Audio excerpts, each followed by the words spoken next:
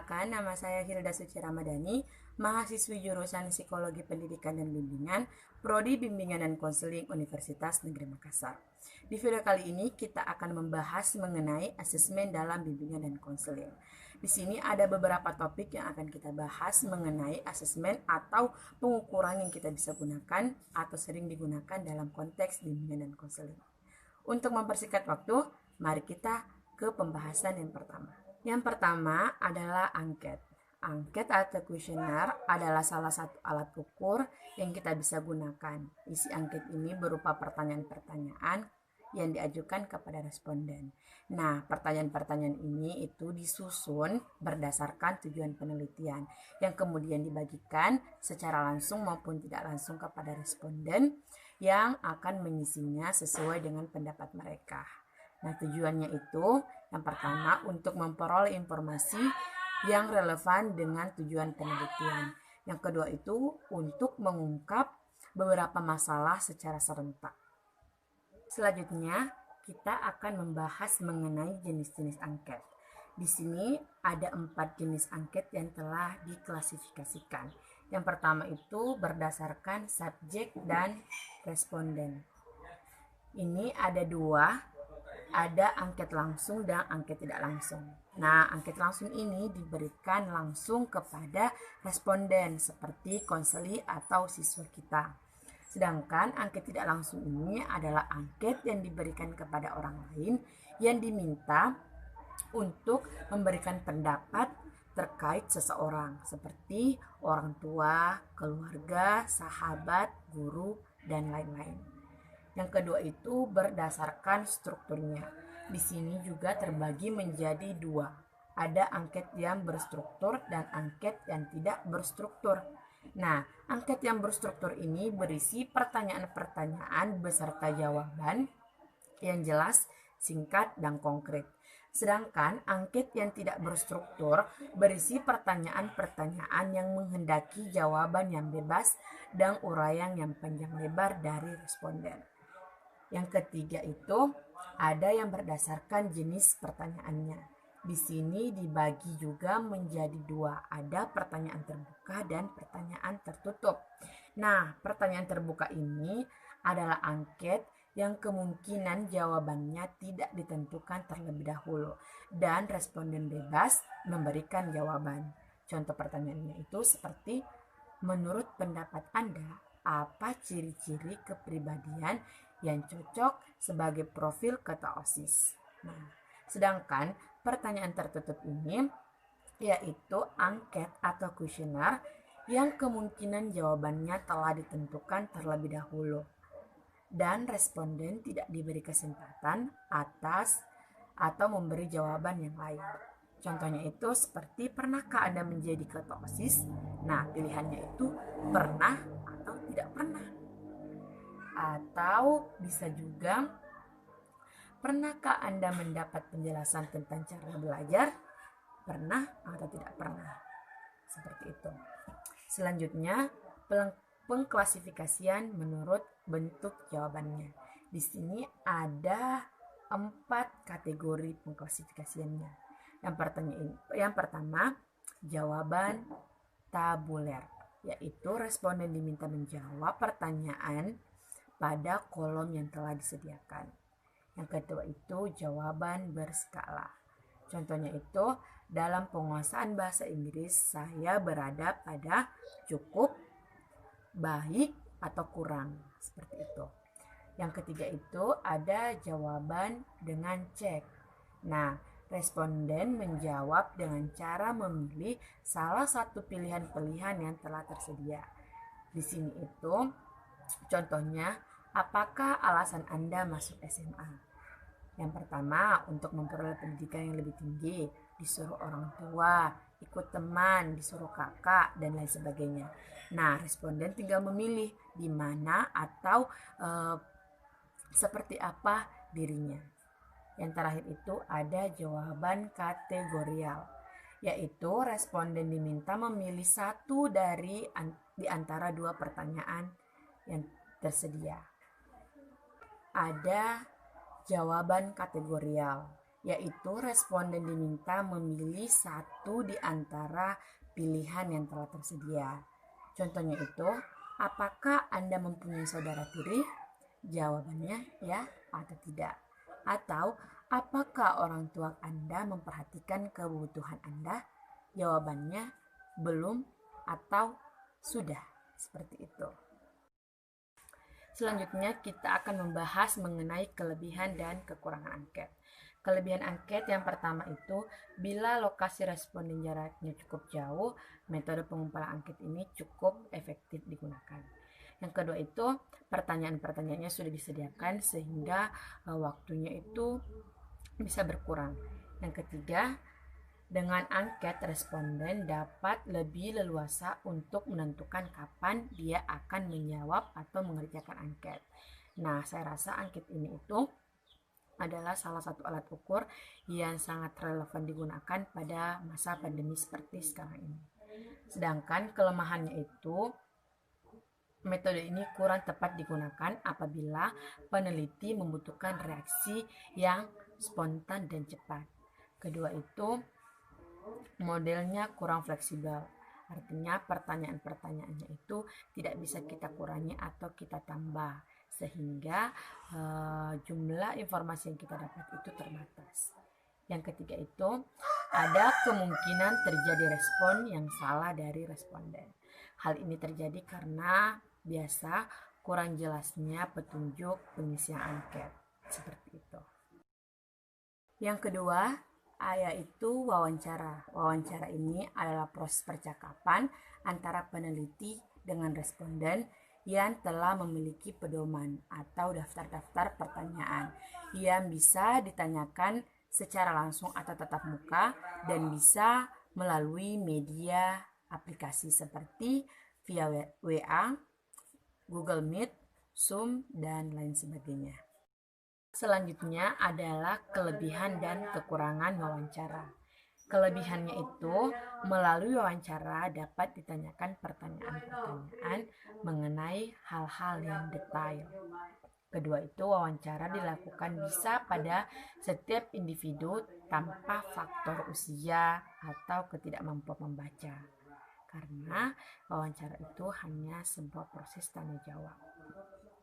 Yang ketiga itu, data yang diperoleh dapat diketahui objektivitasnya karena berlangsung secara tatap muka.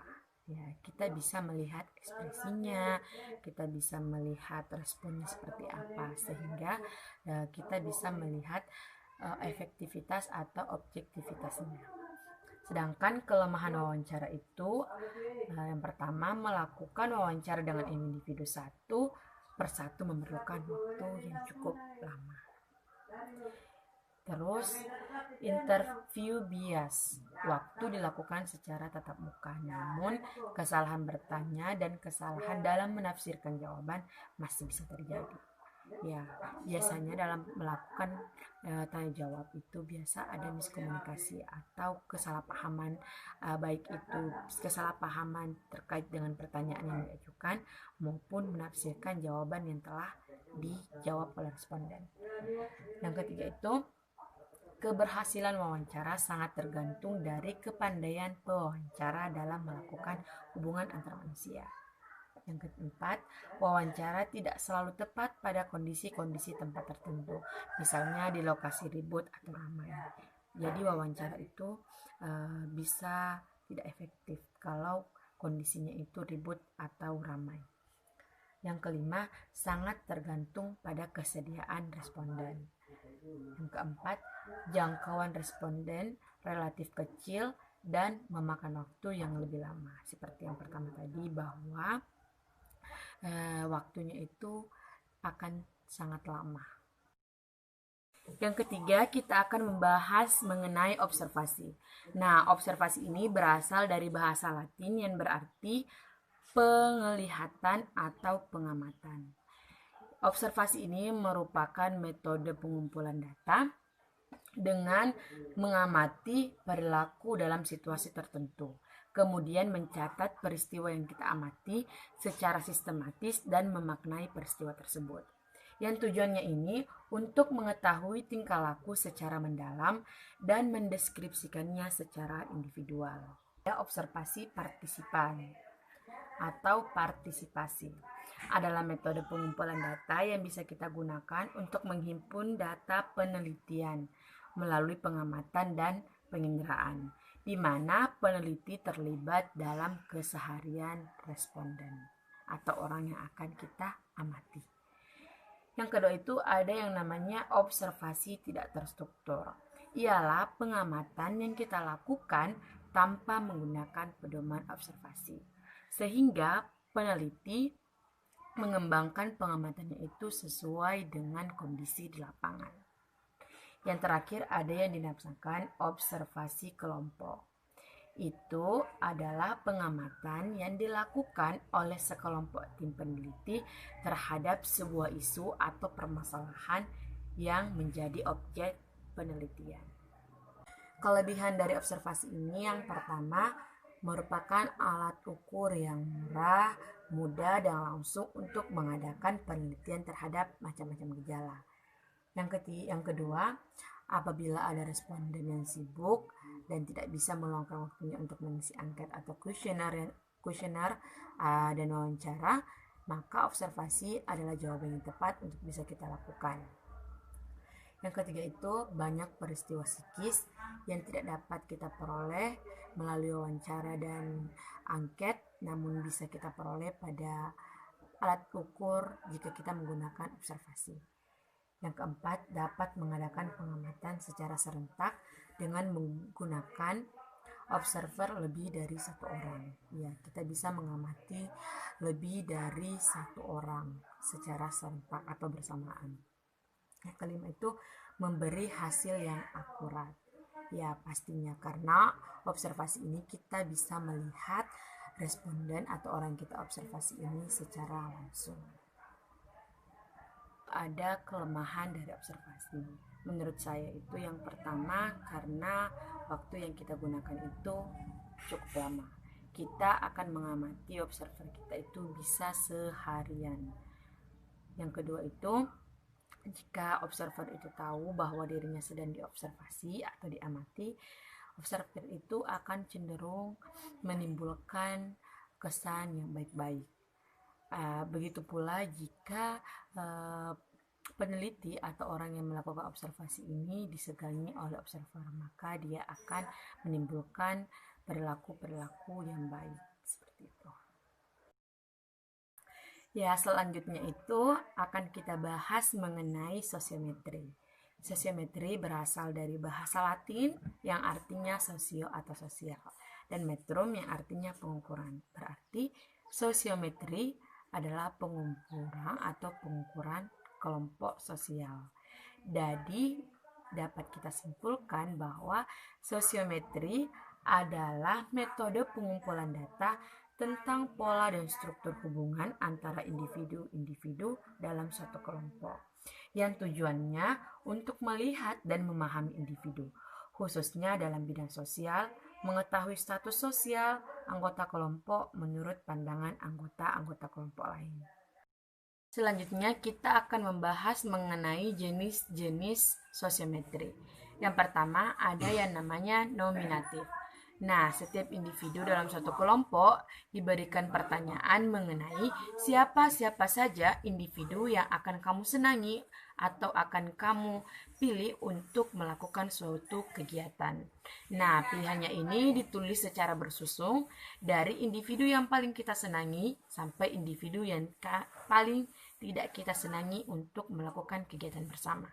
Selanjutnya itu ada skala bertingkat. Nah, pada skala bertingkat ini disediakan sejumlah pertanyaan yang telah disusun dari pertanyaan yang menyatakan hubungan paling dekat sampai menyatakan hubungan paling jauh. Yang terakhir itu siapa dia. Nah, pada tipe sosiometri ini disediakan pertanyaan tentang sifat-sifat individu. Pertanyaannya mengungkapkan sisi positif dan sebagiannya mengungkapkan sisi negatifnya.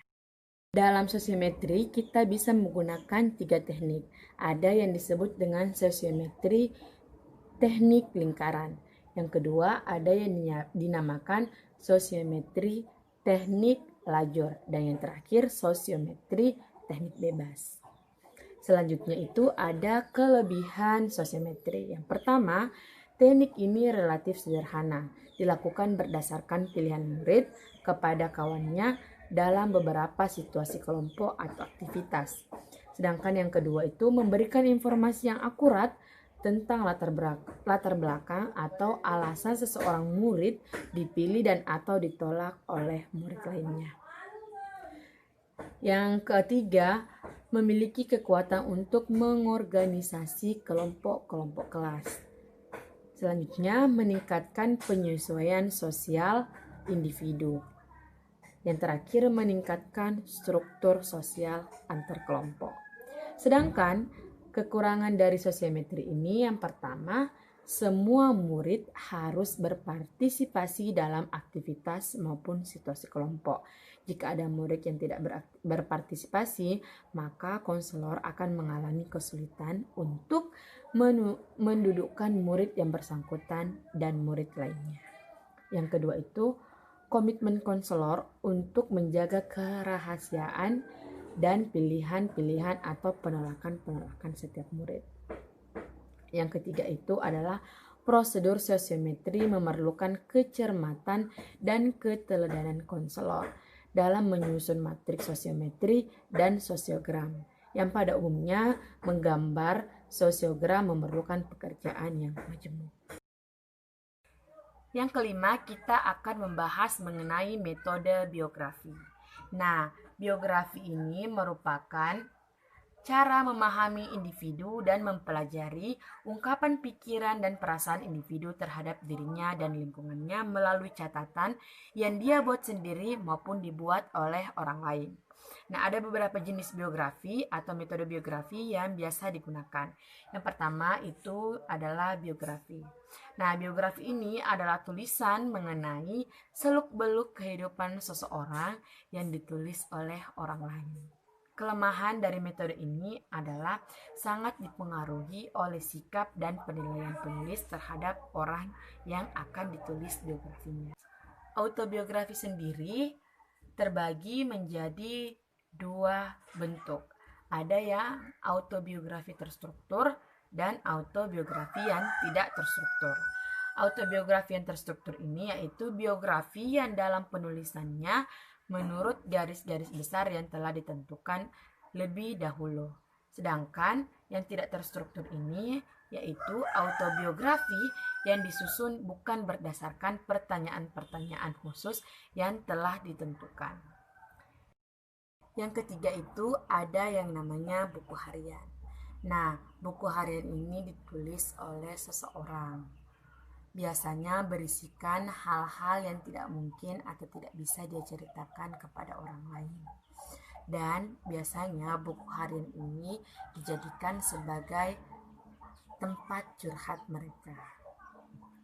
Yang karenanya itu berisikan sesuatu yang berbau kerahasiaan, makanya itu buku harian merupakan sumber data yang sangat berharga untuk perlu pemahaman individu.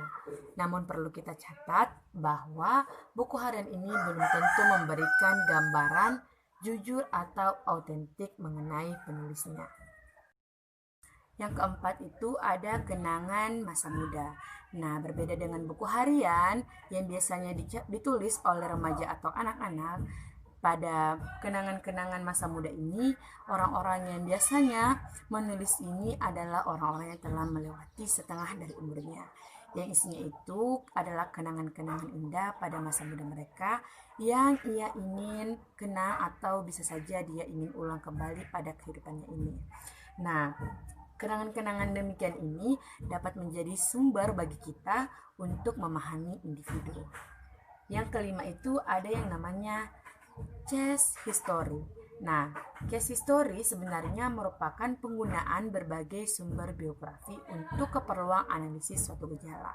Yang biasanya itu berisikan info-info mengenai penyakitnya, dia naik kelas atau tidak, apakah ada gejala-gejala pergaulan yang menyimpang, atau perlakuan orang tua yang tidak baik dan masa-masa anak-anaknya.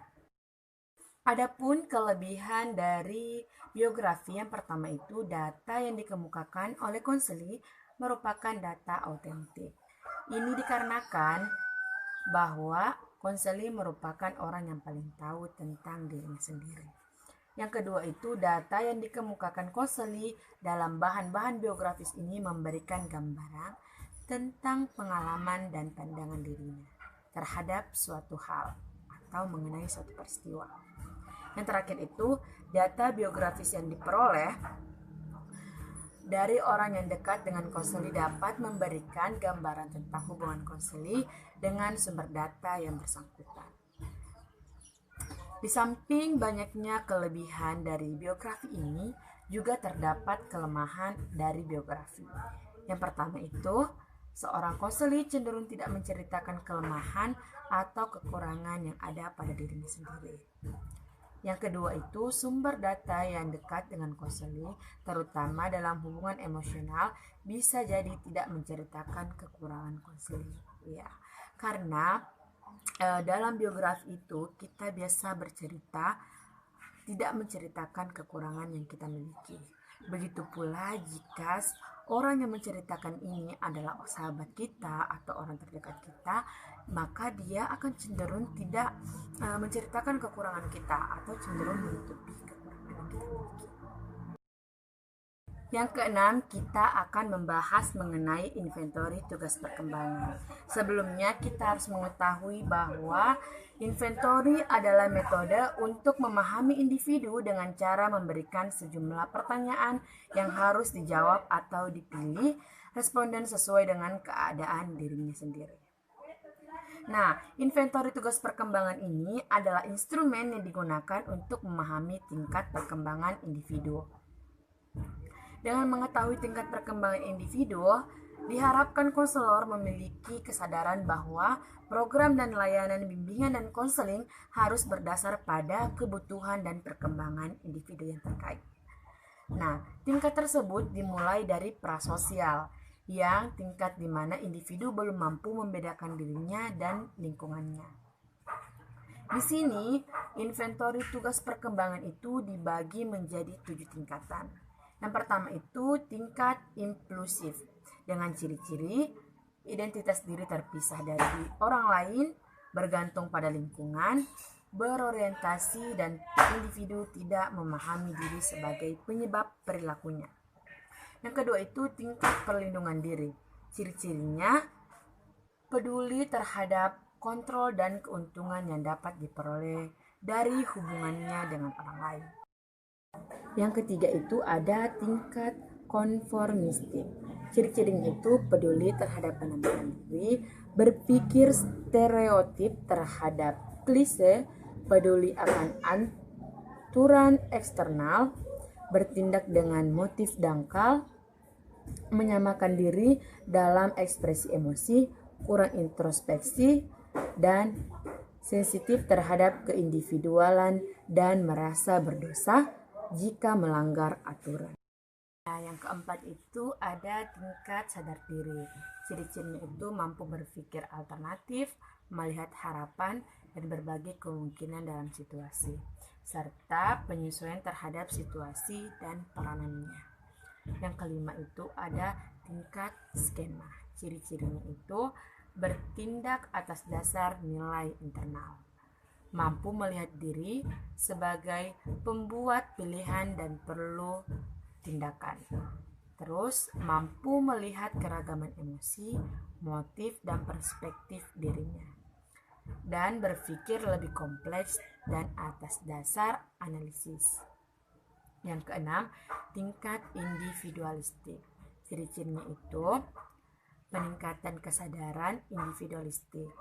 Terus kesadaran akan konflik emosional antara kemandirian dengan ketergantungan, menjadi lebih toleran terhadap diri sendiri dan orang lain, serta mengenal kompleksitas dirinya dan peduli akan perkembangan dan masalah-masalah sosial. Yang terakhir itu ada yang namanya tahap otonomi.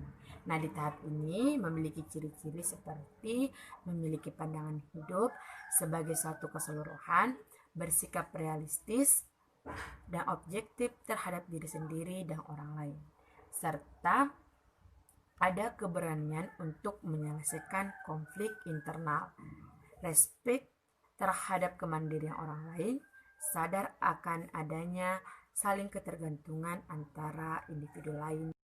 Selanjutnya itu ada analisis tugas perkembangan. Ini menyediakan berbagai fasilitas untuk memudahkan dalam melakukan analisis terhadap perkembangan peserta didik. Yang pertama itu mengelola data mentah secara cepat pada komputer. Yang kedua, visualisasi hasil pengolahan skor dalam bentuk grafik akan memudahkan dan mempercepat data analisis. Ketiga, manajemen data terdiri atas pengelompokan siswa berdasarkan kriteria tertentu dan penggabungan kelompok. Yang terakhir itu ekspor hasil pengolahan data ke mikroskop Excel. Nah, ATP ini adalah sebuah alat atau aplikasi yang kita bisa gunakan untuk memudahkan kita dalam menentukan hasil ITP. Sedangkan kelebihan dan kekurangan ITP. Adapun kelebihan ITP ini hasil dari ATP atau analisis tugas perkembangan lebih mudah dipahami dan penggunaan secara komputer akan mempercepat dan mempermudah guru BK atau konselor dalam mengelola hasil dan analisis dari ITP. Sedangkan kekurangan dari ITP sendiri itu yaitu aspek yang diungkapkan masih terlalu umum dan belum spesifik, dan kekurangan lainnya jika guru BK atau konselor tidak bisa mengoperasikan komputer akan memakan waktu yang lebih banyak. Nah, yang ketujuh kita akan membahas mengenai AUM umum. Nah, AUM umum ini merupakan salah satu jenis teknik non-tes yang digunakan oleh konselor untuk mengungkapkan masalah-masalah umum yang dialami oleh konselor atau peserta didik. Nah, AUM umum ini merupakan alat ungkap masalah umum yang dibentuk 5 format. Yang pertama, format pertama untuk mahasiswa, format kedua SLTA, format ketiga SLTP, format keempat SD, dan format kelima untuk masyarakat. Nah, AUM umum ini dikelompokkan ke dalam 10 bidang. Selanjutnya, tujuan dari alat ungkap masalah umum ini. Nah, tujuan umumnya itu adalah data yang diperoleh dari hasil alat ungkap ini kemudian digunakan sebagai bahan pertimbangan untuk menyelenggarakan layanan konseling dan menjadi isi dari layanan yang dimaksud. Sedangkan tujuan khususnya itu yakni dapat dikaitkan dengan fungsi-fungsi konseling. Keinginan ini didominasi oleh fungsi pemahaman. Selain itu juga fungsi yakni fungsi pencegahan, fungsi pengentasan, fungsi pengembangan dan pemeliharaan serta fungsi advokasi. Data hasil aplikasi instrumen digunakan untuk memahami kondisi klien seperti potensi dasar, bakat minat, kondisi diri, lingkungan, dan masalah yang dialami, serta lain sebagainya. Yang terakhir, kita akan membahas mengenai AUM PTSDL. Nah, AUM PTSDL ini adalah salah satu instrumen yang digunakan untuk mengungkapkan bagaimana siswa belajar. Melalui instrumen ini, berdasarkan jawaban siswa diharapkan mampu meningkatkan mutu belajar siswa sekaligus mengungkapkan masalah-masalah siswa yang berkaitan dengan belajar. Nah, tujuan dari AUM PTSDL yaitu untuk mengungkapkan masalah-masalah secara khusus yang berkaitan dengan upaya kegiatan belajar peserta didik di sekolah, di rumah, ataupun di tempat lain. Nah, selanjutnya kita akan membahas mengenai kapan penyelenggaraan AUM PTSDL ini sebaiknya digunakan. Nah, sebaiknya AUM PTSDL ini diselenggarakan pada setiap semester atau 2 tahun sekali dan dilaksanakan sekitar 40 menit. Yang diharapkan dapat diperoleh informasi mengenai mutu kegiatan belajar dan masalah belajar yang dialami oleh siswa pada masing-masing bidang. Nah, bagaimana dengan hambatan dalam pelaksanaan AUM PT SDL ini? Ada beberapa hambatan yang dapat kita temukan jika menggunakan AUM ini. Yang pertama itu adalah hambatan yang berasal dari guru BK yang kurang terampil dalam menggunakan program ini. Guru BK juga kesulitan mengadministrasikan AUM PTSDL karena kesulitan menjelaskan petunjuk pelaksanaannya kepada siswa. Yang terakhir itu hambatan paling dominan berasal dari luar guru BK, yaitu karena tidak tersedianya waktu yang terjadwal untuk pelayanan BK di kelas. Nah, di sini ada masih banyak sekolah, umumnya di Sulawesi Selatan, masih banyak sekolah yang tidak menyediakan jam masuk kelas atau jam layanan klasikal bagi guru BK, sehingga ini sulit untuk digunakan seperti itu. Nah, itulah tadi pembahasan kita mengenai asesmen dalam bimbingan dan konseling. Segala kekurangannya, saya mohon maaf atas perhatian dan kesempatan yang telah diberikan. Saya ucapkan terima kasih. Wassalamualaikum warahmatullahi wabarakatuh.